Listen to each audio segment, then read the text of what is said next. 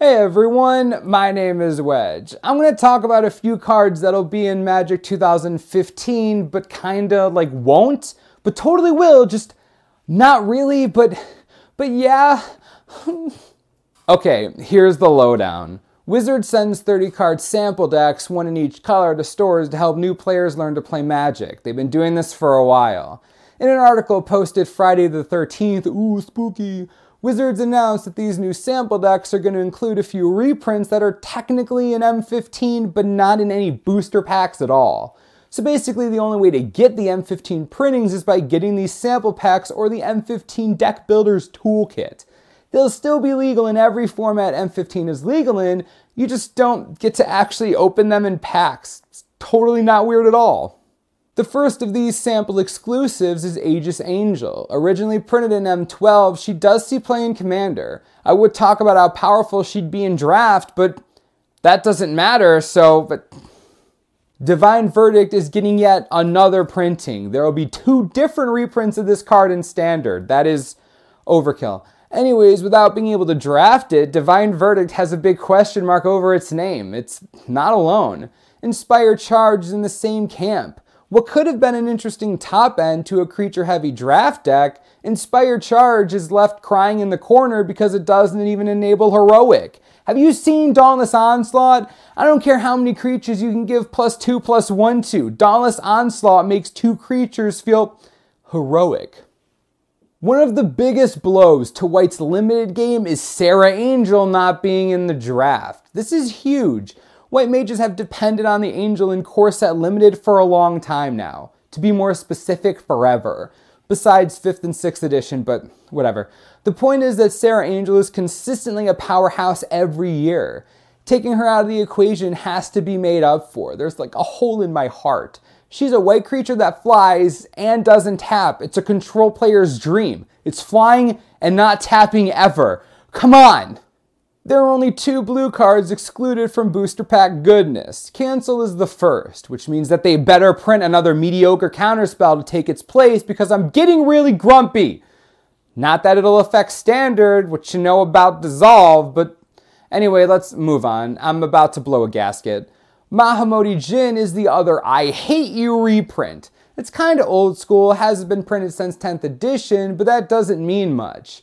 He's still a gigantic flyer with a 6-pack a Bowflex home gym couldn't create.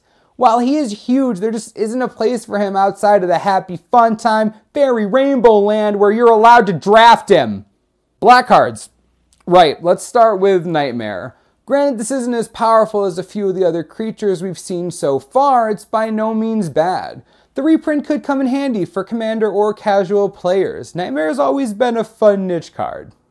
So remember when we talked about Serra Angel and I cried a little bit on the inside and outside? Well, Sengir Vampire is out of the draft too. Sure, he hasn't been printed as many times as Serra Angel, but he was in M14 and now people are spoiled on him again. What an unfortunate day so far. The last black card that gets the special reprint is Walking Corpse. I have so much to say about this. I don't. That was a lie. There are 3 red cards to be put under the draft guillotine. First, we have Furnace Whelp. It's not such a big deal. The guy is cool, sees some playing Commander, but I honestly don't even care about that since the next, oh my god, red players are going to hate drafting now reprint is Shivan Dragon. You thought the Angel players were upset? Have you met someone that likes dragon cards? They might as well breathe fire with how intense they are. Losing Shivan Dragon in Limited is rough. The fact that they're printing it at all is pretty cool though. People collect dragons. This is the first dragon with the new card frame. People will want them. The same could be said for the Angel actually. Wouldn't have been right to christen a new card frame without Serra Angel after all. The last red card of these reprints is Seismic Strike. Doesn't seem terribly exciting at first blush, but keep 2 things in mind. First, green-red monsters and mid-range decks with creatures bigger than 3 toughness are all over the place. Second, there are mono-red and mostly red decks that could use answers to these creatures. This could wind up being a decent sideboard card in those situations. Under ideal circumstances, it could be a cheaper Faded Conflagration, though you would need more mountains than Conflagration costs, so it could also just be a wash. So, Centaur Courser is getting a reprint. Normally I wouldn't be all that excited, but ever since Ferris Band Warchief was printed, I've just been sitting back and waiting.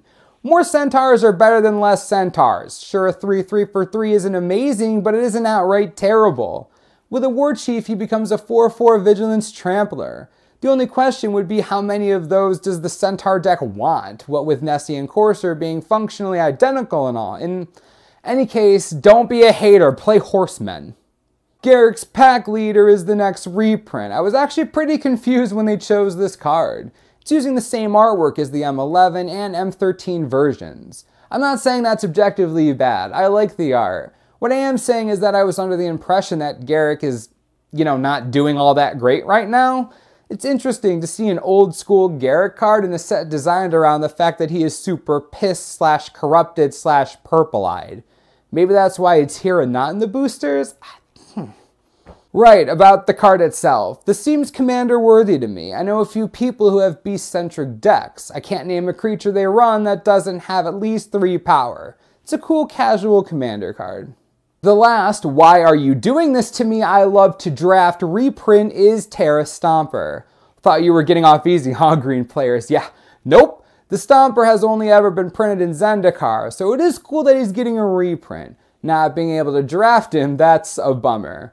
But he provides 3 green devotion and is just gigantic. Can't be countered? Great. Huge body? It's pretty good. Has trample? Done. He's a huge beatstick.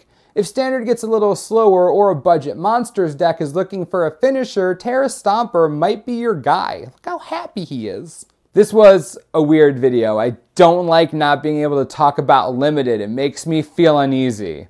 What do you guys think about these exclusive M15 cards? Good idea, bad idea? I'm super torn emotionally. I need comfort. As always, subscribe below for the latest and most reliable Magic the Gathering information you could ever need. This is the Manosaurus, I'm Wedge. Thanks for watching. We'll see you next time.